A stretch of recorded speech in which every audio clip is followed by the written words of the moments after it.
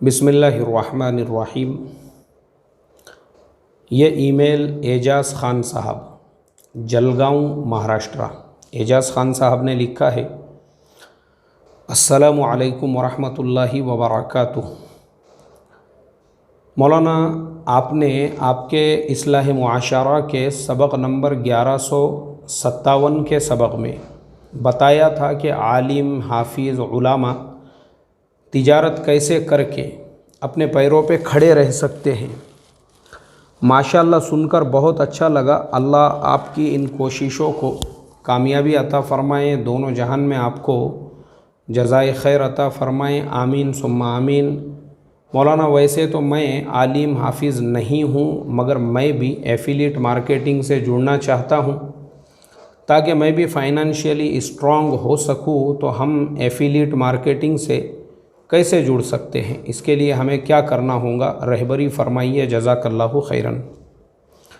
एजाज़ ख़ान साहब, देखो, असल में ये सीरीज़ की मैंने शुरुआत किया हूँ, यानी ये पूरी सीरीज़ जो है ना, उलामा अपने पैरों पे कैसे खड़े रहे।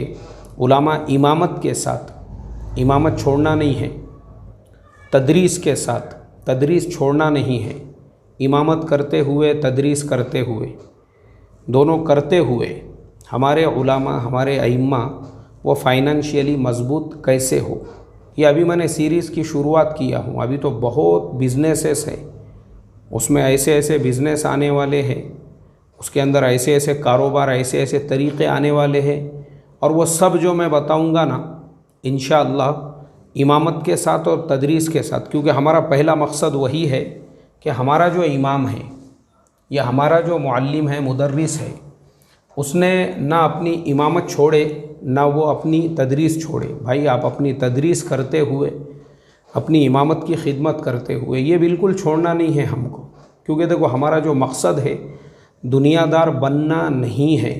हमारा मकसद, मैं पहले दिन से बोल रहा हूँ, करना हमको दीन की ही मेहनत है, लेकिन अपने आप को, जो अपनी ज़रूरियात है, कम से कम उतना हम अपने आप को फाइनेंशियली मजबूत कर सकें। बस ये अपना मकसद हमको अपनी नज़रों के सामने रखना है, ताकि हमारे ऊपर वैसे हालात ना आए जो हालात हमारे, जिन हाफिज़ साहब का जो शहीद हो चुके हैं, जिनके बारे में मैंने बताया था कि वो इमाम थे, मस्जिद के इमाम, और वो जो है एक मकतब के मुअल्लिम थे, लेकिन क्या हालात दरपेश आए, जिन हालात की वजह से उनको अपनी मस्जिद की इमामत तर्क करना पड़ी, अपना मकतब उनको छोड़ना पड़ा, वो क्या हालात थे आप मुझे बताओ ना। वो यही हालात होंगे गुर्बत के, फाका कशी के, घर के। तो ये सारे हालात की वजह से मुतासिर होकर वो बेचारे जो है ये सब कामों में लग गए, जो आम दुनिया में आम लोग जो काम करते हैं। सेंटरिंग का काम है, रेती उठाने का काम है। चलो मुझे आप बताओ, एक हाफिज़ कुरान, उसका काम ही नहीं है ना ये उसका काम ही नहीं है ये कि एक हाफिज़ कुरान ये काम करे। तो मुझे अफसोस इसलिए ज़्यादा हुआ कि उनकी शहादत के ऊपर गम मनाने की बजाय कुछ लोग सफाइयाँ पेश करने में लग गए, मज़ामीन लिखने में, कि वो हाफिज़ साहब 9 महीने पहले इमाम थे, साल भर पहले मकतब पढ़ाते थे, अब थोड़ी पढ़ाते थे। बोले वो, अरे भाई, आपसे किसने पूछा? किसी ने पूछा आपसे?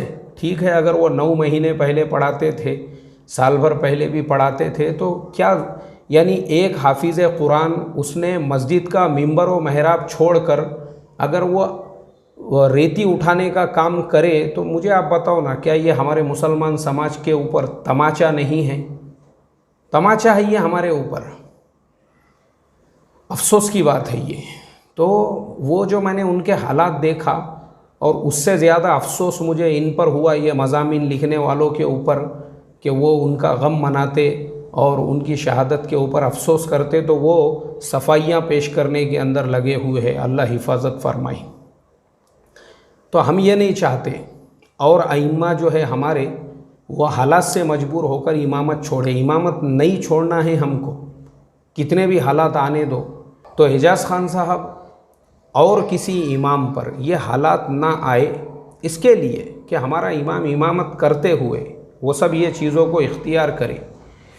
आपने एफिलिएट मार्केटिंग के बारे में पूछा है, तो मैं सिर्फ आपको इतना कहना चाहूँगा, एफिलिएट मार्केटिंग कैसे करना है उसके ऊपर ऑलरेडी लोगों ने, जो उस लाइन के एक्सपर्ट है, उस लाइन के माहिर है, उन्होंने कम से कम सैकड़ों वीडियो बनाए हुए हैं। तो आप वो देखिए, मेरे समझाने से ज़्यादा बेहतर तरीके से आपको उनका समझाया हुआ समझ में आएगा।